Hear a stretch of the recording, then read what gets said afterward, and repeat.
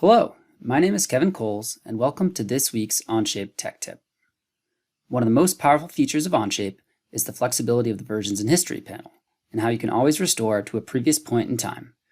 But did you know that you can also see the changes within a session by right-clicking the Undo or Redo button?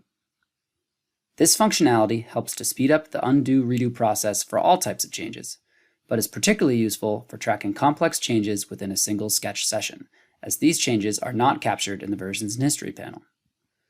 One operation where undo history comes in handy is with the continuous drag to trim tool.